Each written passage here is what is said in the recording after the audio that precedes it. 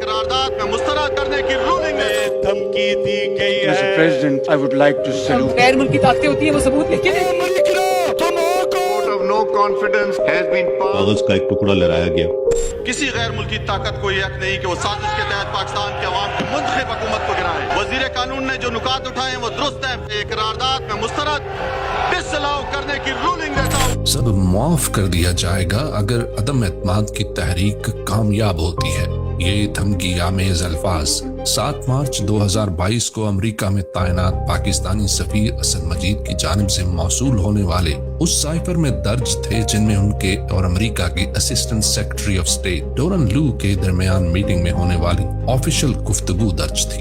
27 مارچ 2022 کو اس وقت کے منتخب وزیر اعظم عمران خان اسلام آباد میں ایک عوامی جلسے سے مخاطب ہوتے ہیں جس میں وہ عوام کے سامنے اس بات کو بیان کرتے ہیں کہ ان کی حکومت کو گھر بھیجنے کے لیے بیرونی دباؤ ڈالا جا رہا ہے اور ایک سائفر بھیجا گیا ہے جس میں عمران خان کی جمہوری حکومت کو گھر بھیجنے کے لیے دباؤ ڈالا جا رہا ہے. ہمیں پتا ہے کہ کن کن جگہوں سے باہر سے ہم پہ دباؤ ڈالنے کی کوشش کی جا رہی ہے. لکھ کے ہمیں دھمکی دی گئی ہے. لیکن پاکستانیوں ہم ملک کی مفاد پر کوئی سمجھوتا نہیں کریں گے.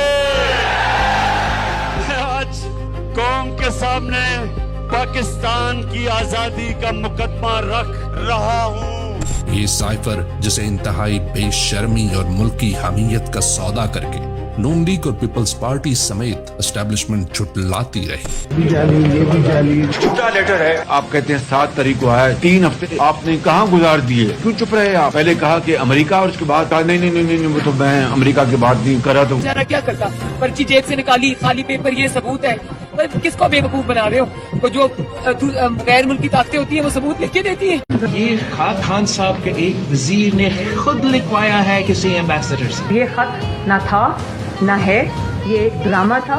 خط آیا ہے پھر دھمکیاں دیا. کسی نے دھمکی واقعی وہ ثبوت دیں گے کہ یہ مداخلت ہے غیر ملکی پاکستان کے خلاف ہے تو میں عمران خان کے ساتھ کھڑا ہوں گا. جب 27 مارچ اسلام آباد کے جلسے میں کاغذ کا ایک ٹکڑا لہرایا گیا اور ڈرامائی انداز میں ایک ایسا بیانیہ دینے کی کوشش کی گئی جس کا حقیقت سے دور دور تک کوئی واسطہ نہیں.